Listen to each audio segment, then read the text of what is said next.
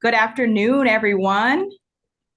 We'll give everyone just a few minutes as you guys are joining the call here. Give everyone a chance to get in before we go ahead and get started. All right. Thank you for joining us for our March Federal Policy Action Call, the real State of the Union.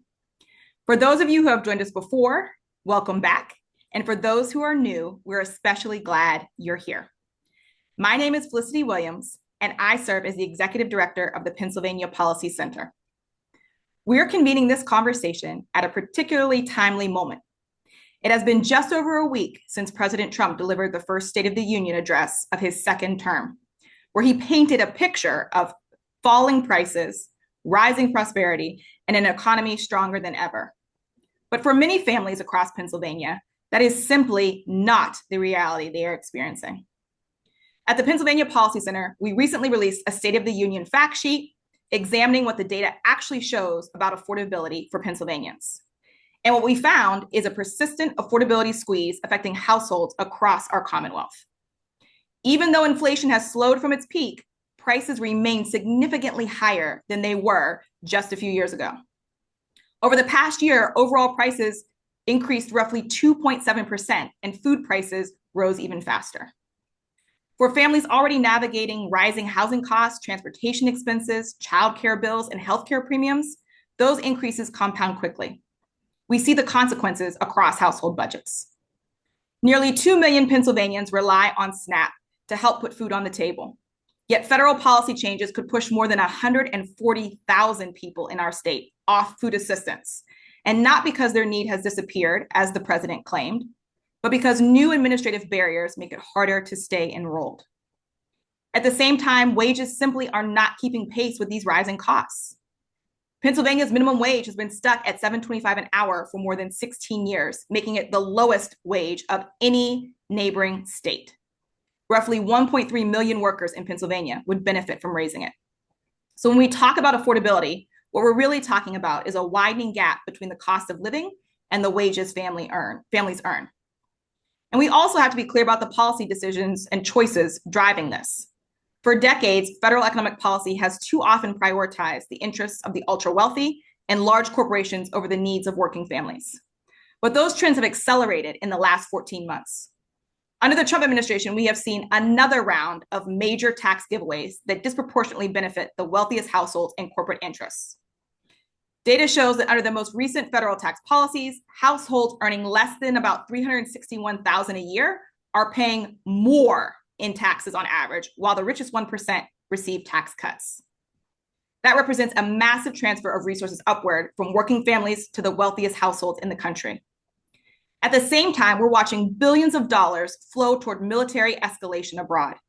Estimates suggest the current conflict involving Iran has already cost U.S. taxpayers more than $2 billion, with reports that the Pentagon may seek tens of billions more in additional funding.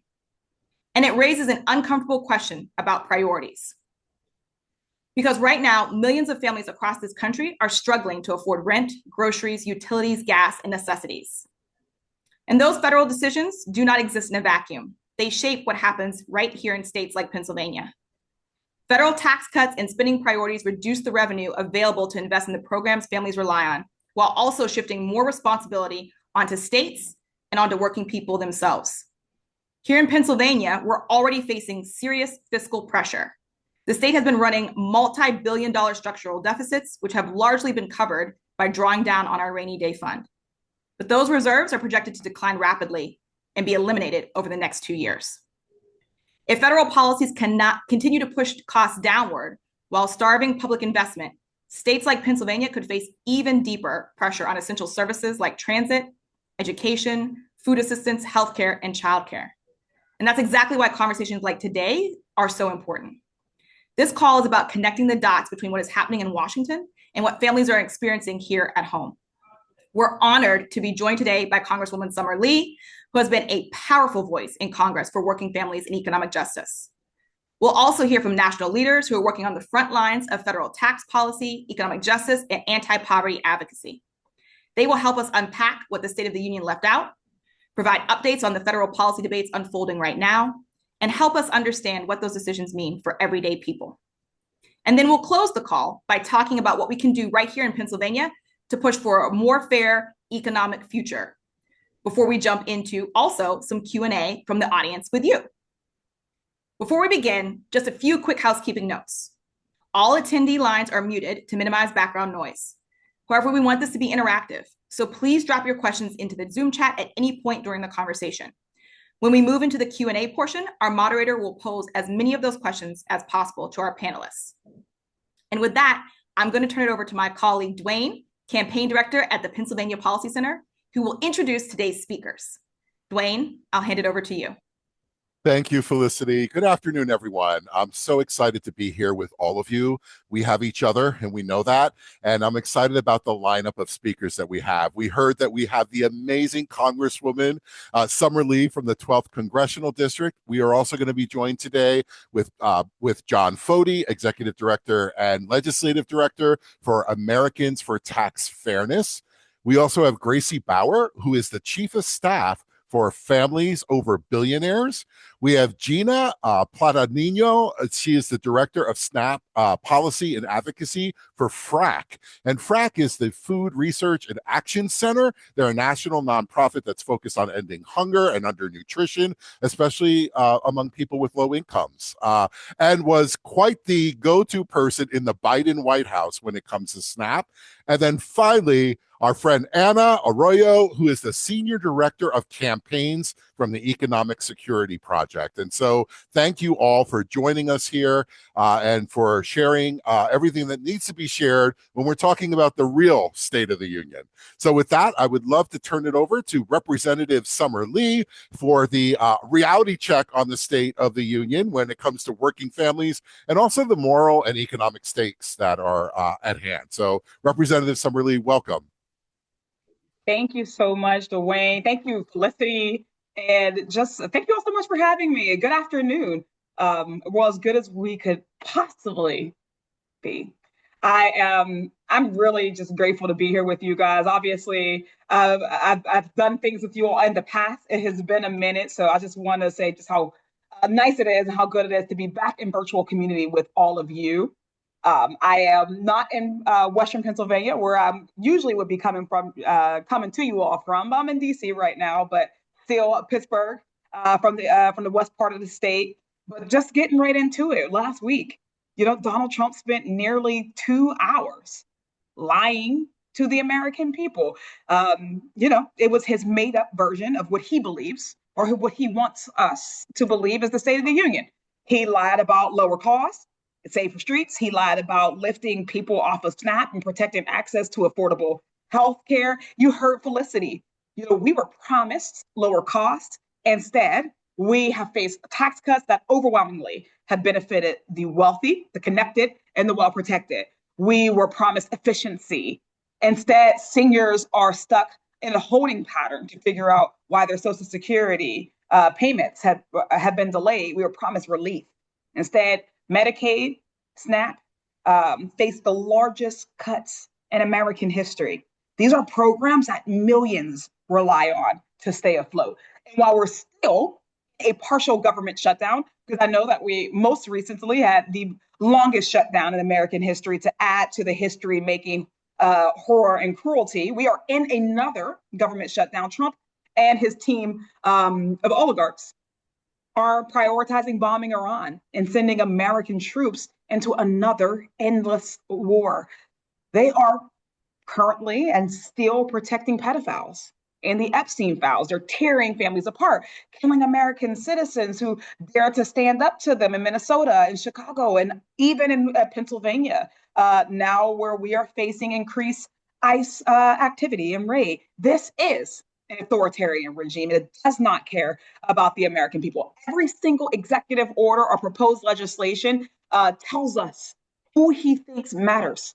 Every single tax decision tells us who this government works for. And every budget debate that unfolds in Washington is a reminder that working families are asked to sacrifice again and again while the wealthy just continue to cash in. A healthy, functioning democracy does not adhere to how much money is poured into elections or people's pocketbooks. So when lawmakers choose to extend tax breaks for billionaires and corporations while they're slashing healthcare for you, We have to ask why a CEO's portfolio matters more than a kid's insulin, or when they roll back our environmental regulations for energy companies but refuse to invest in childcare. We have got to ask why the health of our people and our planet does not matter to them, or when they approve endless funding for ICE to terrorize our communities but call affordable housing too expensive. Then we're going to have to ask, well, why are working parents being forced to work 2, 3 jobs just to make ends meet? Budgets shape all of that. Tax policy shapes that. Working families feel these decisions every single day. No matter how hard people work, whether it's in Western Pennsylvania or anywhere else, they just can't outwork an economy that is rigged against them. And that's what this tax and this budget fight is really about. It's about whether or not we can continue down a path where wealth continues to concentrate at the top, and where stock buybacks are soaring and corporate profits are growing, but wages are staying stagnant. As we heard, $7.25 for the minimum wage in Pennsylvania, or whether we are finally building an economy that works for the many. If we want to lower costs, then the wealthiest individuals and the biggest corporations are going to have to pay their fair share. If we want families to breathe again, then we have to invest in guaranteed housing, healthcare, paid family leave, and union jobs. Public safety means that we need to build stable communities, that we have to invest resources that make it easier to live and not just survive. So that's why I've introduced legislation that would level the playing field, like my Oligarch Act to tax the obscenely wealthy at a fair rate, or my Abolish Super PACs Act to get money out of politics so that you and all of us actually have a real say in who represents us, and not just the system sending us their representative. It's also why I'm a lead on the amendment to overturn Citizens United. We cannot have a democracy and also have an oligarchy at the exact same time. The choices that Congress makes right now will determine whether or not families will continue to lose health care or get it, or whether food assistance shrinks at a time where prices are at its highest rate in so long, whether student debt continues to just burden an entire, not one, not two, now third generation of Americans. And we can't afford to be disengaged while these decisions are being made. Because the reality is that this level of authoritarianism, it does require some level of consent. It needs people to feel overwhelmed. It needs us to depend, or it depends on working families feeling like they just don't have the power. But history tells us something different. Working people built this country. Working people organized unions. They expanded civil rights. Working people won Social Security and Medicare in the first place. Working people can absolutely reshape this economy once again. This moment is not about whether or not you live in a red or a blue state, or whether you vote Democrat or you vote Republican. I tell people, I don't believe that people orient themselves that way on this left to right binary. But what we do know is that people orient themselves from top to bottom. And that's what we have to make this fight about right now, as we are attempting to earn back the gavels, earn back majorities at the federal level and at the state level. It's going to be about whether or not government answers to billionaires or people who wake up early, who punch the clock, who are caring for elders, who are teaching children, who are keeping our communities running. So as the budget fights unfold in Congress, please stay engaged. Yes, I know people are tired of us saying, call your representatives, but your representative does need to know what you think. They do need to know what the majority, not just the small few, care about. We also need you, yes, show up to those town halls. I remember back in the early days of the Trump administration when a lot of people were trying to avoid their constituencies. And we saw a rush of town halls, whether it was their own representative or it was others coming in to provide these areas with some sort of update, some sort of representation. That made a difference. And it did, in fact, matter. We also, though, have to organize on the outside. I often say that when we think about what actually moves our country forward, whether or not it is the Congress or it's the people, we know that whether it's the civil rights movement or anti-war movements, all of these movements started from organized people, organized constituencies, organized workplaces. Talk to your neighbors about the things that really matter.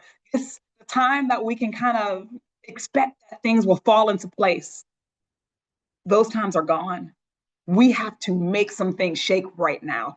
And the organizing effort, these conversations like that might feel like it doesn't do a lot, But I promise you, the conversations that we had, someone will take to someone else and that person to someone else. And that is how we build the bigger snow, what is it? The bigger round snow thing that's going to go down the hill. Don't ask me why I lose my words because I'm getting older. Snowball. But listen, we know that budgets, they might be drafted in Washington, but we live them in our homes. We deserve policies that lower our costs, raise our wages, guarantee dignity. We can have those things. We deserve an economy that values the work more than the wealth, and we deserve an economy, a democracy that is not for sale. So when working people organize, when we reject division and demand accountability, when we organize our money and our labor, we can absolutely win. So let's say that out loud. Let's stay organized and let's keep making sure that these federal budgets reflect the people who built this country and not just the billionaires who are trying to buy it. But thank you all so much. And I will hand it back over. Oh my gosh, that was amazing. Can we show some love in the chat here and on the screen here for our Congresswoman Summer Lee? Thank you, thank you, thank you. These are the words we need in this moment. This is the real State of the Union and what's called upon for all of us. And with that, I'd like to turn it over to John Foti for Americans for Tax Fairness with a legislative update and all kinds of insider information, too, about what's going on in D.C. right now. John? Thanks so much, Brian, and Felicity and the policy team for having me here. What a topic I'm going to talk about. But Congresswoman Lee is truly the best. And we appreciate all of the leadership here in D.C. leading and fighting against oligarchs. As Dwayne mentioned, and as the Congresswoman went into, we heard a lot of lies last week about the State of the Union. And the real story is the one we are all feeling right now, as we are seeing billionaire wealth skyrocket while costs on everyday working families continue to rise and only get worse. I saw a great comment from someone in the chat. Hey, John. I hate to interrupt you. Folks are having a hard time hearing. I know that you're in a tough spot because you're also attending a convening in DC. It might help if you turn off your camera, which I hate to do, but we might be able to hear you better. Do you mind trying that? Sure, no problem. Thank you.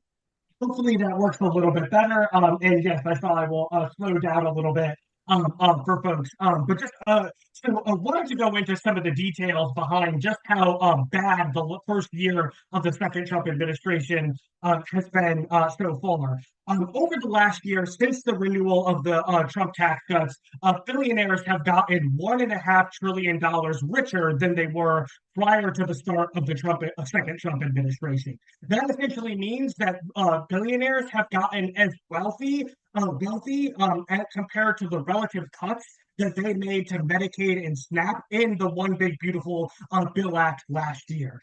And that is just a tremendous, egregious policy decision that this president and this current Congress made to make people poorer, sicker, and hungrier, all in order to help billionaires and get them further tax cuts.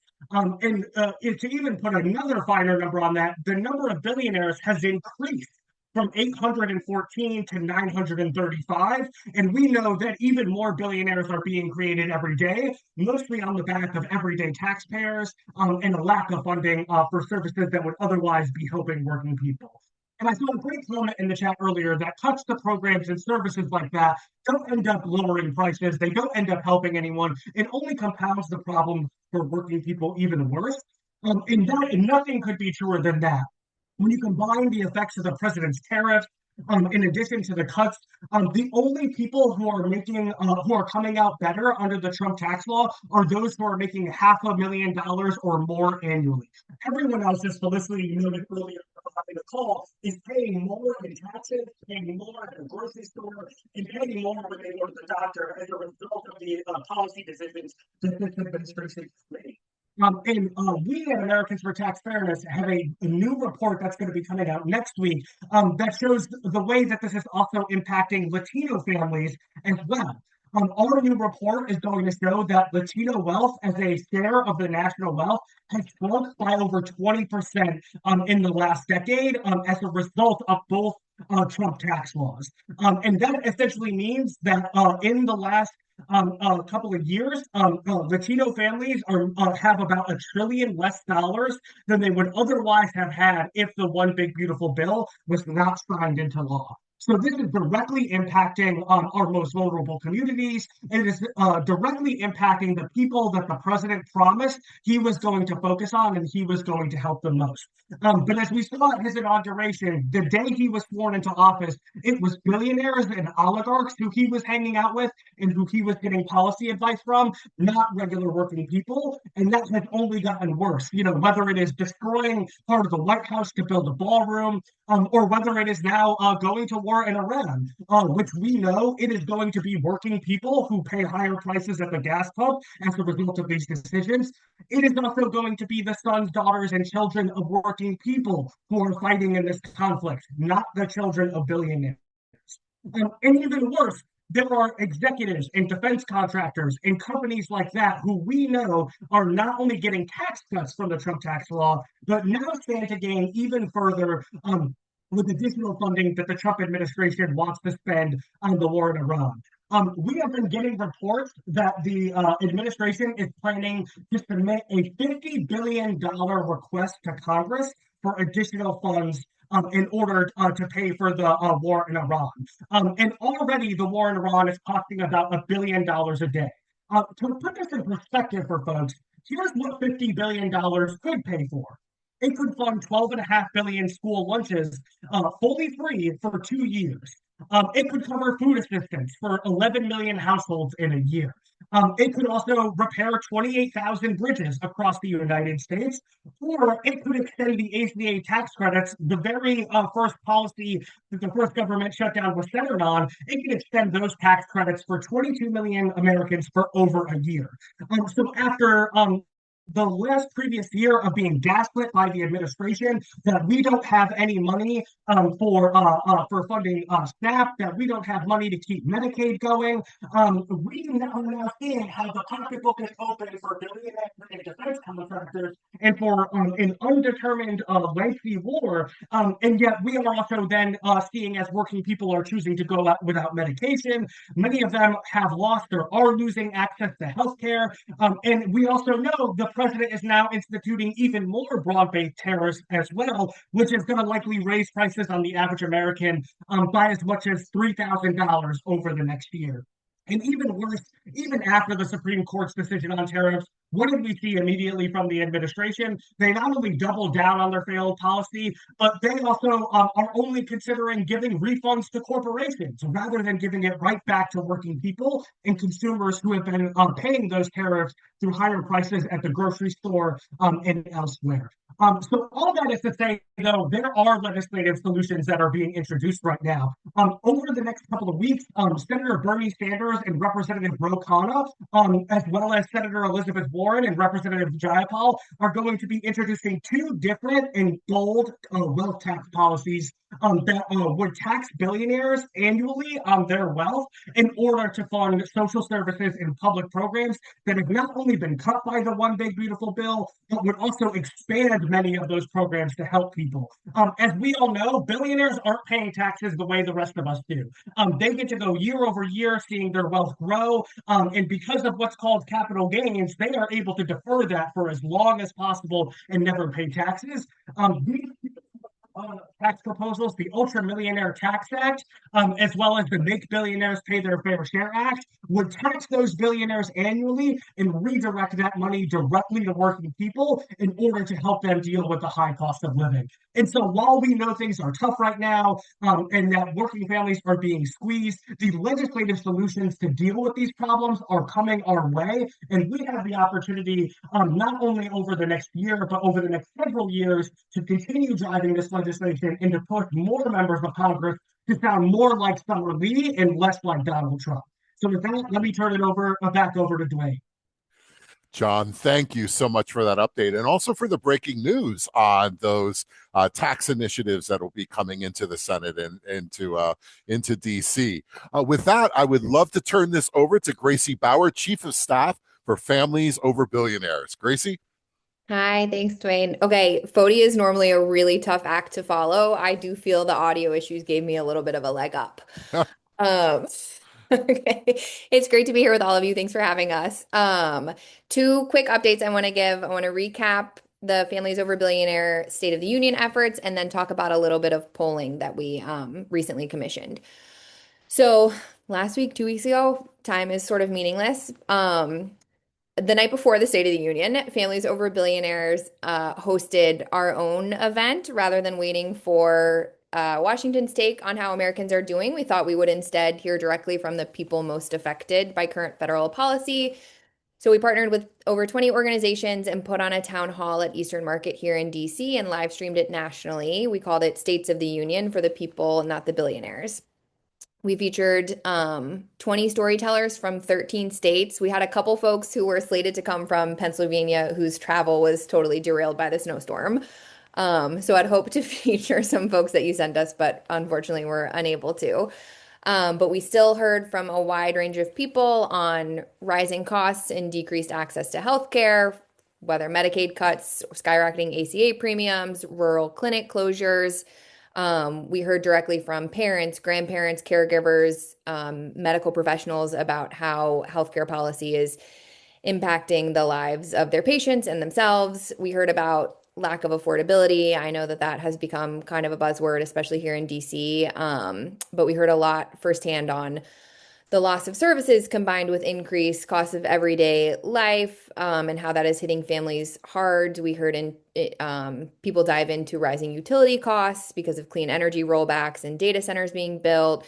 We heard about lack of food assistance from SNAP benefits being cut, and then childcare funding freezes, childcare center closures, reduced supports for students with disabilities, the way that that impacts a family's budget, and sort of perpetuates this affordability crisis that we are seeing across the country. And then we were also really fortunate to be joined by folks from Minnesota who spoke to ICE organizing efforts there, how their communities are at risk, which I know is happening across the country as well. And just generally, it was a great contrast to everything that happened the next night. I think the thing that was really cool about it was because we did it the night before, we were able to then in real time sort of dispute the lies that Trump was saying as he said them. So as we were all unfortunately watching the actual State of the Union, we were able to then pump out onto social, with many thanks to several of you, the real stories that we had heard the night before. Okay, that was State of the Union. We also recently commissioned some polling. So we did a national survey of 1,500 likely 2026 midterm voters conducted with GBAO, and found first and foremost, unsurprisingly, 63% of voters say the country is on the wrong track. And even more unsurprisingly, the one big beautiful bill is viewed incredibly unfavorably, a 52 to 35 margin overall. And billionaires, especially the billionaire class, are deeply unpopular. None of that is surprising. Good to see it in the data. We also saw overwhelming support for raising taxes on big corporations and the rich. More than 4 in 5 midterm voters support higher corporate taxes with fewer loopholes, and more than 7 in 10 favor making the wealthiest individuals pay their fair share. We also saw that voters really want to support candidates who will raise taxes on billionaires and make that commitment while campaigning. 60% of voters say that they would be more likely to vote for a candidate who says they would vote to raise taxes on billionaires, compared to only 13% who say they would be less likely.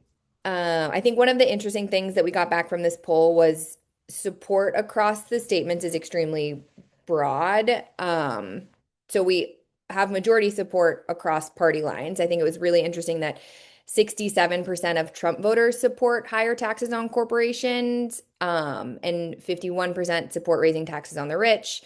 Democrats hold a 40-point advantage with independents on the question of making the rich pay more in taxes. So a lot of work to be done around that population specifically.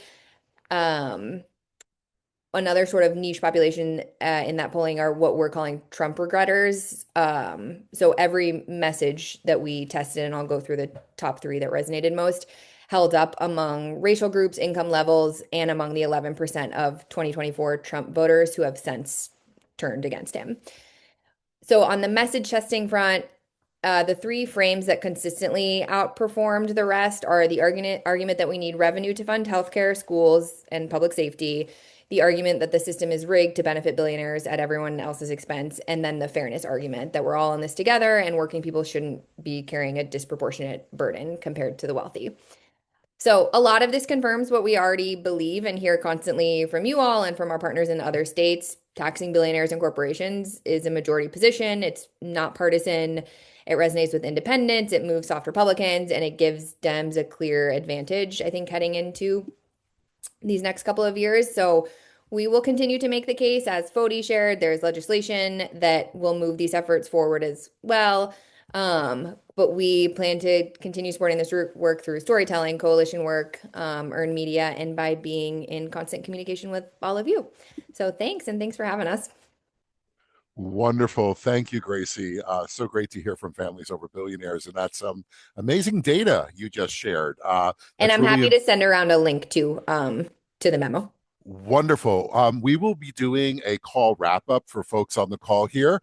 So any information from any of our speakers, if you can get it out to me, we'll make sure to include that information in the wrap up because it helps to inform us about, the work that still needs to be done, especially here in Pennsylvania.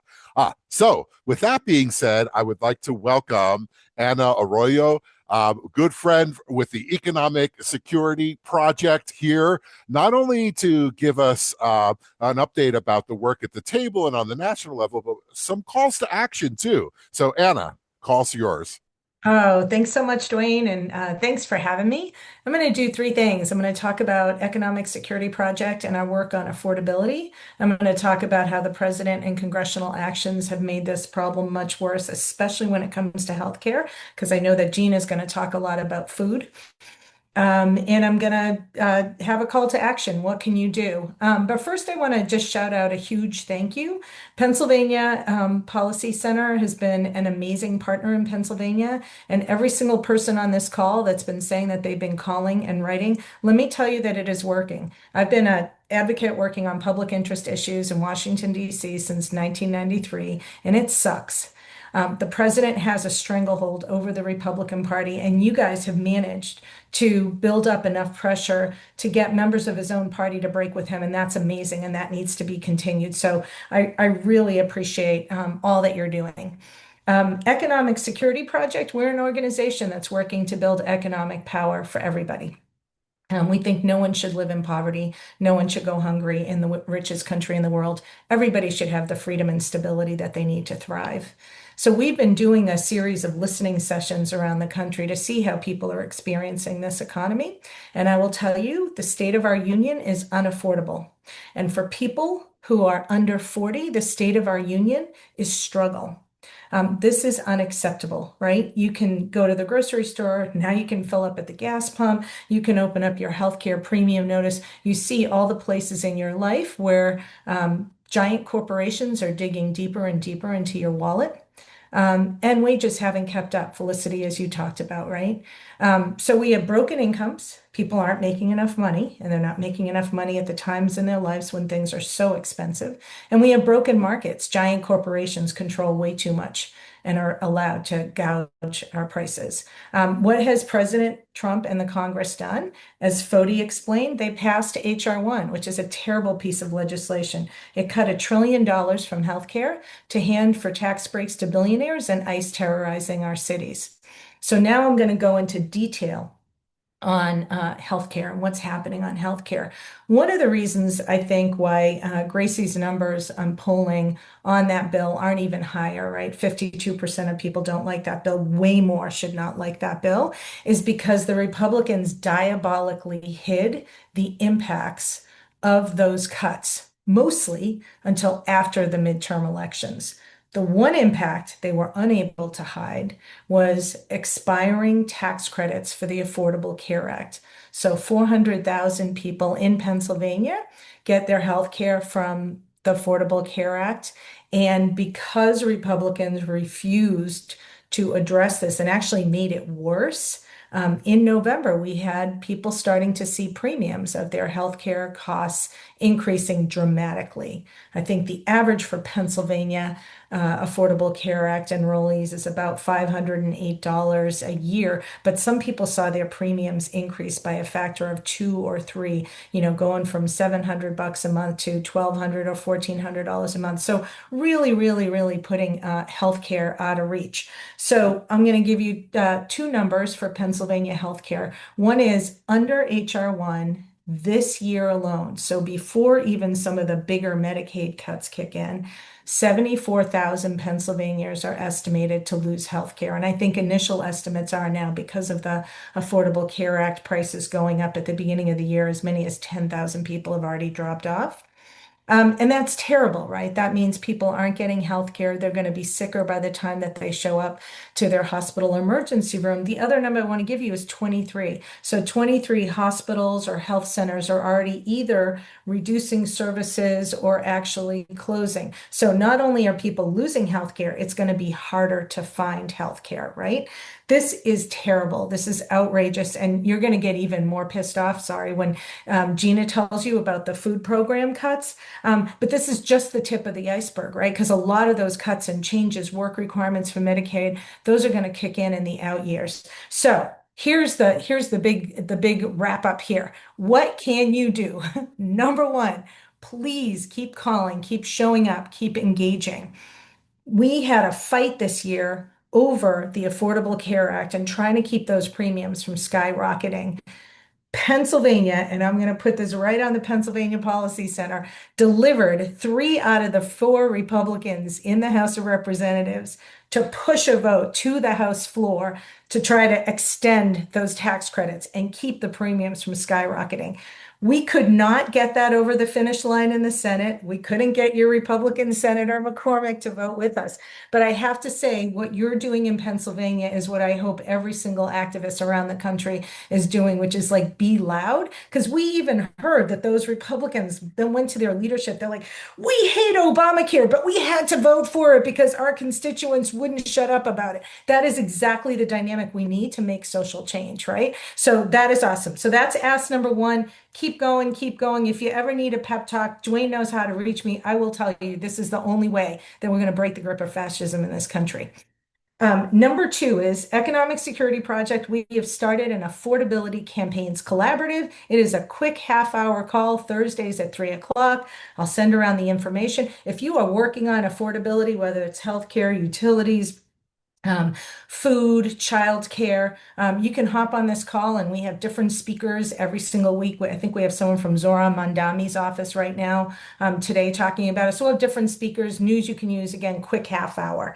That's one ask. Second ask is, if you're really focused on healthcare, and Dwayne and your crew have done such a great job. We've done these healthcare heist week of actions to draw attention on what's happening. And the next one is the week of April 27th, when the House of Representatives is back at home in district. So we're asking people to elevate the problems with healthcare that Trump has caused and do various activities, events, digital. So with that, I will wrap it up and turn it back over to Dwayne.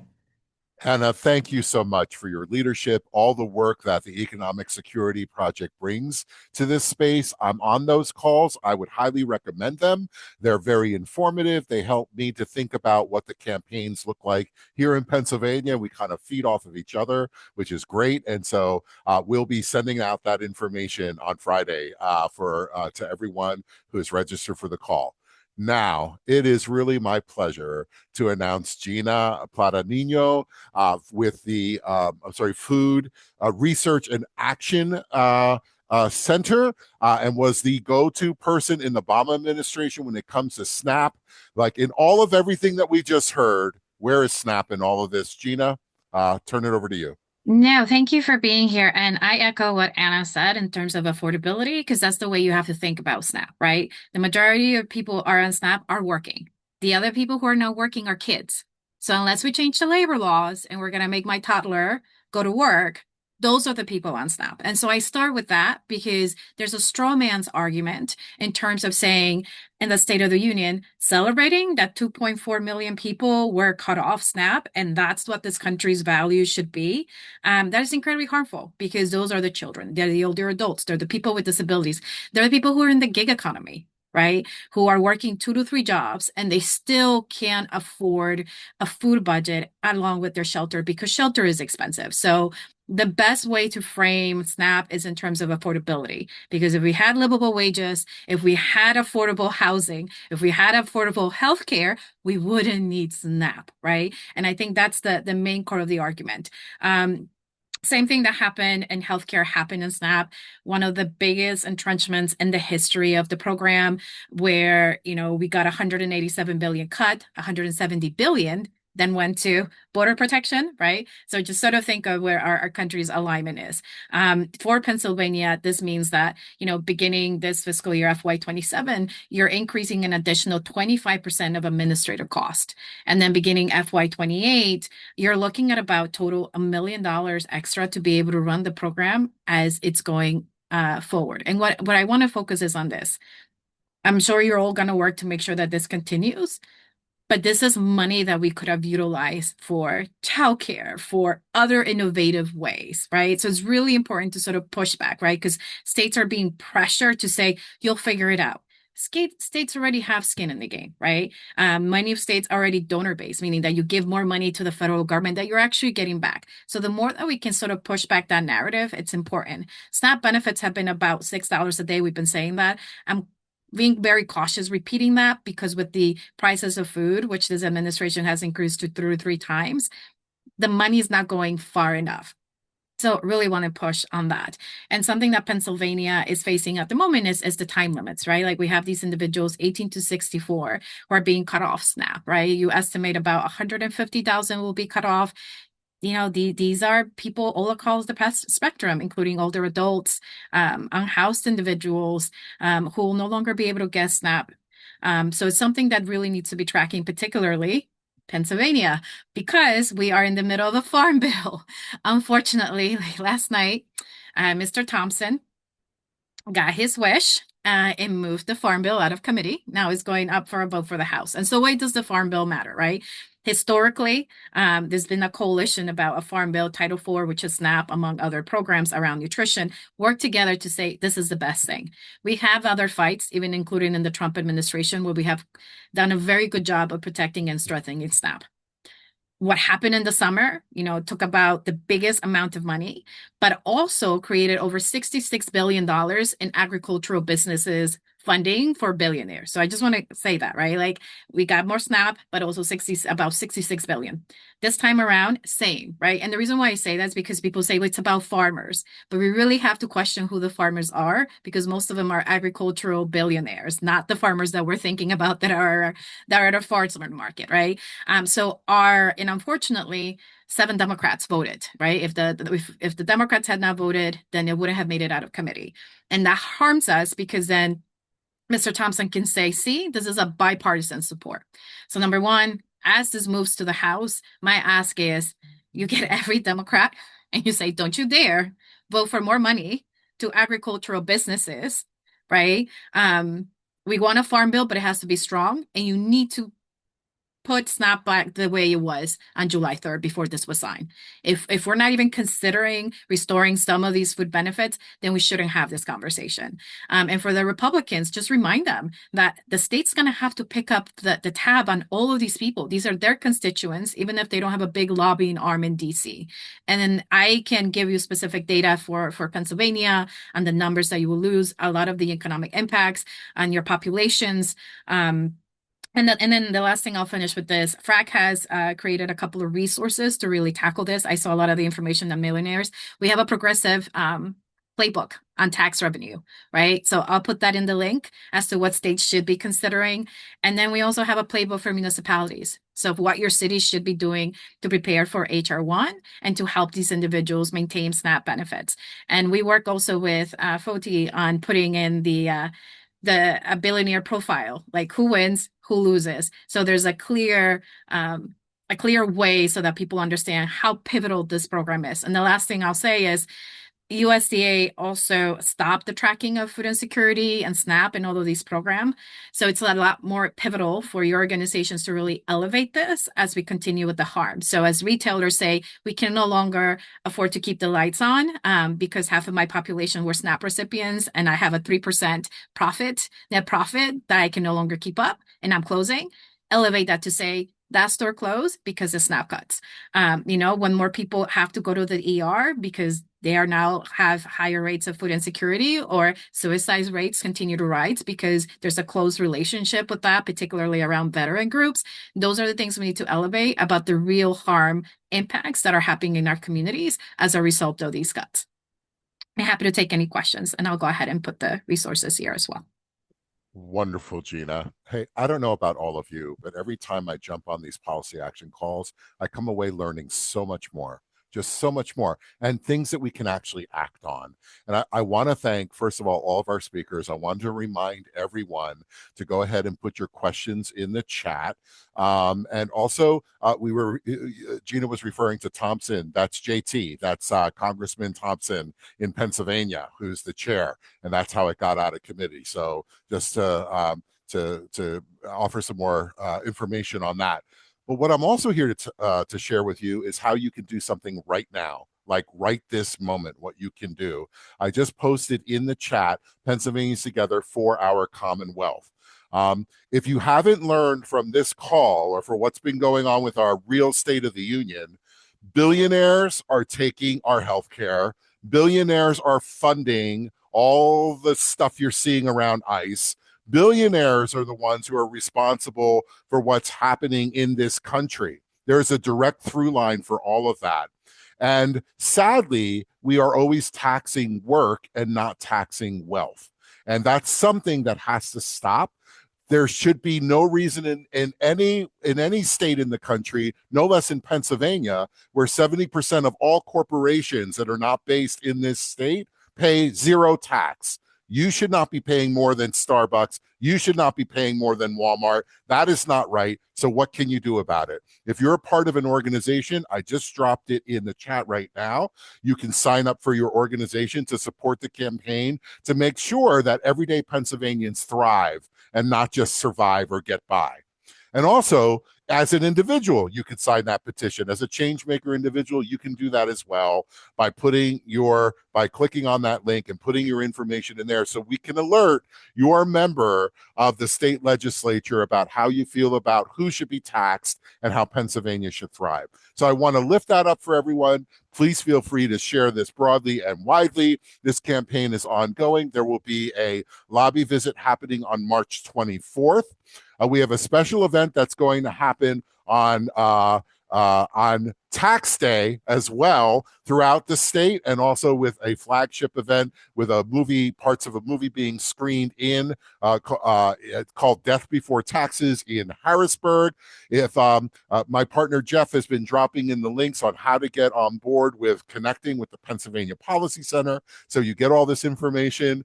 And in fact, what I'd like to do at this point is have Jeff come on and talk about our next call that's coming up in 2 weeks, which is going to be really right on point with what we're talking about right now. Jeff, can you share with us? Oh, you're on mute. Yes, absolutely, Dwayne. And I'm going to drop some information here in the chat. I copied the wrong link, so I will have that here in just a second. But 2 weeks from today, Thursday the 19th at 1 p.m., we are going to talk about some of the things we were talking about here today, about the unfairness of our tax system, specifically looking at unfair taxes in Pennsylvania. We have an upside-down tax system that takes more from people who have the least to contribute, while giving those who have the most all kinds of breaks so that they pay far less of a share of taxes than anybody else. That's an injustice that we are committed to fighting. We are ready to fight for the things that people in Pennsylvania need and want, and the kind of funding that we need for the services that we all rely on. So that's what we're going to be talking about next week. Over the next 2 weeks, we'll be announcing some of the speakers that we have. We're in the process of lining that up, but I'll drop the information in the chat. I would strongly encourage you, Register today. Space is limited. And if you sign up today, you'll get the updates about all of the information about speakers who will be joining us. Again, that's 2 weeks from today, our state policy action meeting, 1 p.m. Join us then. And look for the info in the chat in just a second. Thanks. Wonderful. I've been scanning the chat as Jeff was talking, and wanted to see if there were any questions to be raised up. You can still drop them in the chat. We still have several of our speakers here, but I'm not seeing, I see a lot of incredible comments and people jumping in with their own information, but I'm not seeing questions unless you have some to pop up for me. Let's see. Looking through here now. I know it was a lot of information that everyone got on the call here, and that might be one of the reasons, but I'm not seeing anything here.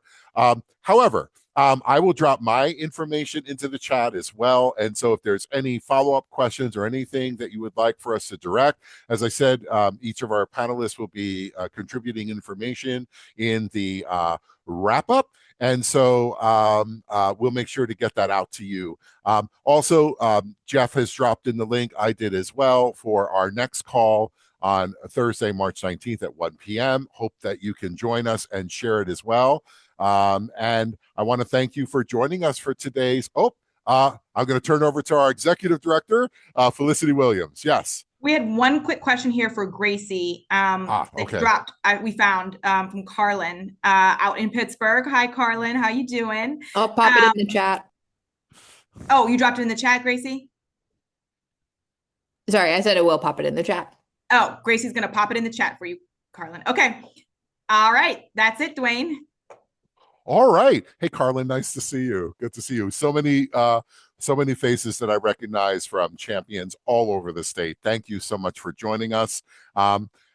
Great. That concludes our call then. And thank you so much for jumping in here. As you know, we know they have billionaires and we have each other. I'm glad to be in this fight with you today and going forward. Pennsylvania has shown true leadership throughout the country with the work that we're doing here. When it comes to standing up, we know how to do that. So thank you for joining us here at the Pennsylvania Policy Center and Pennsylvanians Together for our Commonwealth. Thank you.